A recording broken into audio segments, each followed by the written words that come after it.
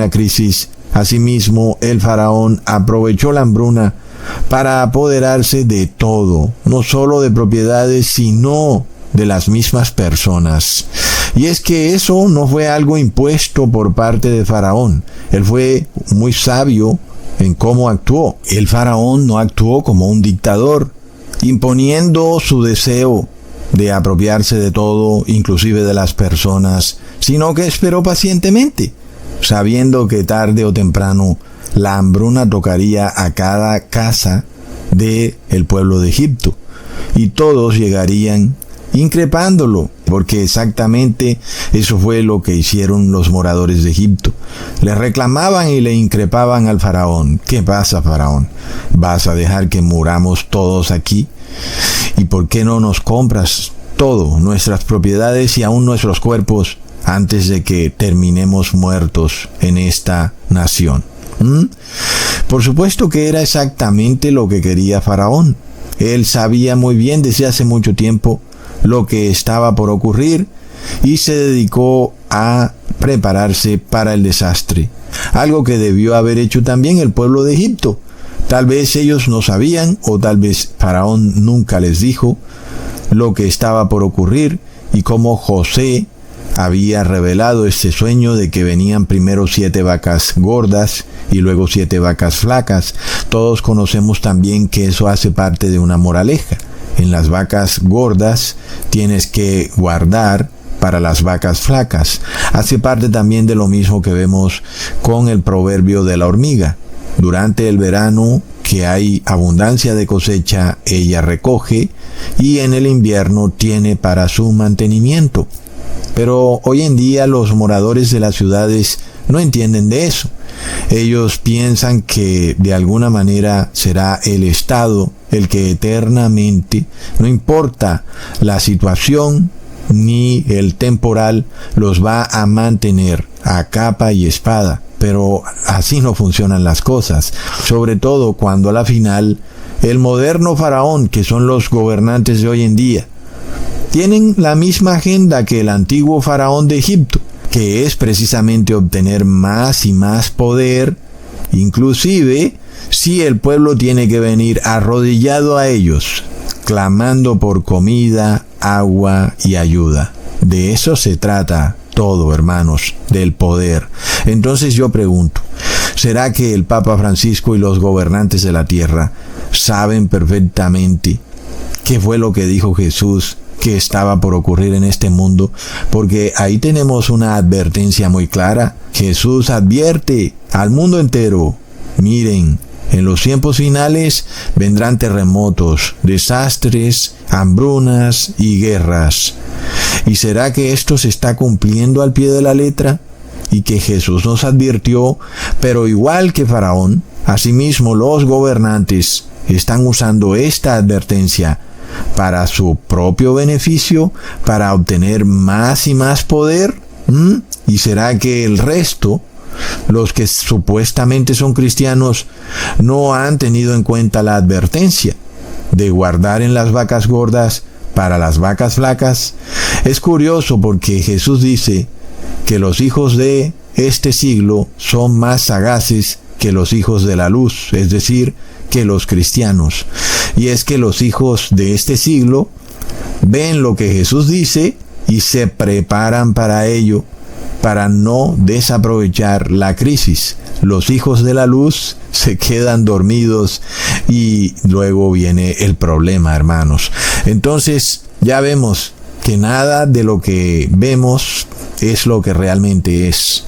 Porque en el caso de lo que ocurrió con el rey de España, cuando él se baja a caminar por las calles de Valencia, la gente le increpaba, y era lo mismo que hacían los moradores de Egipto con Faraón.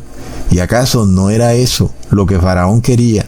Que las personas vinieran corriendo a pedirle: ayúdanos, tenemos hambre, tenemos sed, mira cómo está nuestra ciudad, haz algo. Y entonces tal vez el rey diga: pero bueno, Ustedes no se acuerdan del segundo punto de los 17 objetivos sostenibles de la ONU que dice hambre cero, pero como ustedes están a toda hora diciendo que la Agenda 2030 es mala, pero miren, ustedes ahora tienen hambre. Hermanos, nada es lo que parece. Por eso necesitamos estar, como dice el Salmo 91, bajo la sombra del Altísimo. Porque inclusive cuando José le revela el sueño de las 7 vacas gordas y 7 vacas flacas al faraón de Egipto, pues Dios tenía un plan, y su plan era proteger a su pueblo del terrible desastre que estaba por sobrevenir en toda la región, no solo en Egipto, y estaba a punto también de sobrecoger al pueblo de Dios. Por eso Dios se adelantó para enviar a José a Egipto y para advertir a Faraón, y luego que José pudiera traer a su familia y mantenerla alimentada en Egipto. Entonces, ¿quién es nuestro proveedor? ¿Quién es el que nos advierte? Hermanos, es Dios, no es el hombre. Leamos en Génesis capítulo 45, versículos 10 al 11. Habitarás en la tierra de Gosén, y estarás cerca de mí, tú y tus hijos, y los hijos de tus hijos, tus ganados y tus vacas, y todo lo que tienes, y allí te alimentaré, pues aún quedan 5 años de hambre, para que no perezcas de pobreza, tú y tu casa, y todo lo demás. Miremos la fidelidad de Dios, porque aún inclusive podemos ver que tal vez la familia de José había guardado provisiones, se había logrado sostener durante los 2 primeros años de la hambruna, pero ya Dios sabía que durante los 5 años restantes no podían sostenerse por sí mismos. Dios, sin embargo, ya había hecho todo para que estuvieran resguardados con alimento, para que no perecieran de pobreza. Entonces, nosotros tenemos que hacer una parte y Dios hace otra parte. Si nosotros descuidamos nuestra parte, pues Dios no puede hacer su parte. En el caso de la familia de José, pudieron sobrevivir los 2 primeros años y Dios se los trae para mantenerlos los 5 últimos años de la hambruna. ¿Qué hubiera pasado si la familia de José no se hubiera podido mantener durante los 2 primeros años de la hambruna? Entonces hay que estar apercibidos. No podemos estar confiando en el ser humano. Es que las ciudades han convertido al hombre en un niño. Como todo está tan asequible, las personas simplemente no se preocupan por el mañana, porque van al supermercado y siempre está lleno de alimento. Sin embargo, estas cosas van a fallar en cualquier momento, como ocurrió en Valencia. Entonces, hubo una terrible inundación y las personas fueron al supermercado y ya estaba saqueado, ya no había nada. Y entonces esperaban que entrara la ayuda con alimento y la ayuda nunca entró. ¿Lo vemos, hermanos? Ahora, este es un modus operandi en el cual la Iglesia Católica adoctrina a los gobernantes de la tierra a que se presenten ante el pueblo como los semidioses, como los salvadores, en donde ellos vienen a socorrer al pueblo, y para eso el pueblo tiene que ser sometido a una terrible crisis primero, para que luego el gobernante pueda presentarse como el semidios salvador, y eso es una terrible idolatría. Pero de esa manera tratan ellos de comportarse como faraones de Egipto. Y es un terrible error. Por supuesto, ningún gobernante puede mantener alimentado a su pueblo si Dios no está de por medio. Por supuesto, entonces, que el gobernante va a fallar en ese intento de ser el proveedor del pueblo. Pero como ya la sociedad ha sido tan mal acostumbrada, las personas esperan que su gobernante los provea de alimento en toda situación. ¿Y qué pasa cuando esto no ocurre? Entonces hay que cambiar al gobernante. Sin embargo, muchas veces ese es el objetivo de la agenda. En el caso de Pedro Sánchez, porque no ha actuado lo suficientemente paternalista. Entonces el pueblo pide un cambio.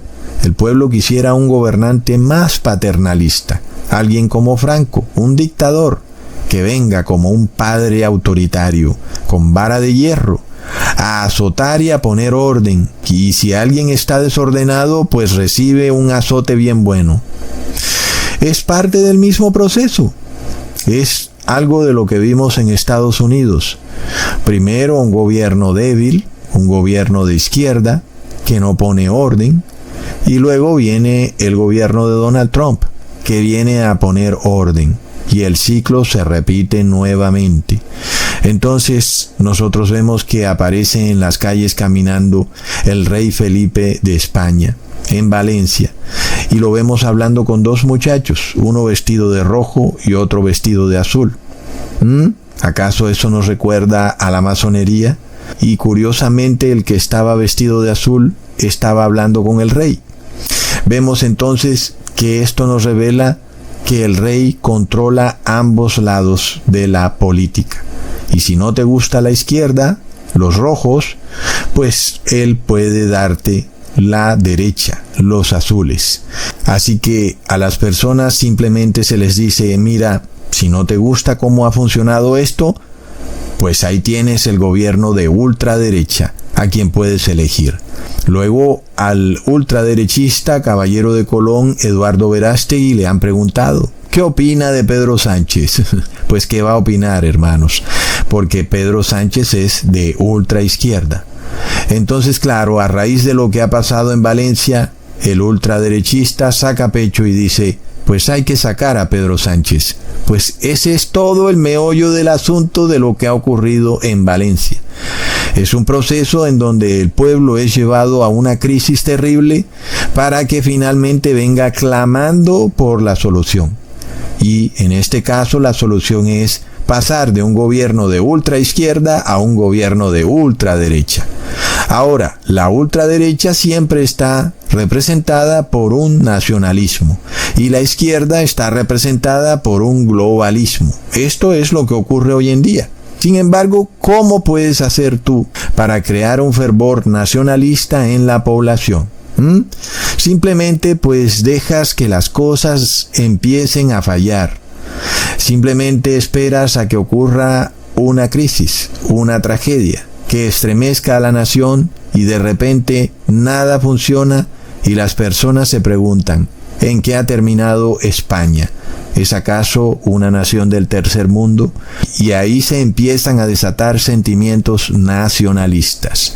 Entonces, tú empiezas a querer que un gobierno de ultraderecha nacionalista, como por ejemplo el de Franco, venga a gobernar la nación, a ponerle orden, porque Pedro Sánchez no pone orden, es que él es un gobierno de izquierda globalista.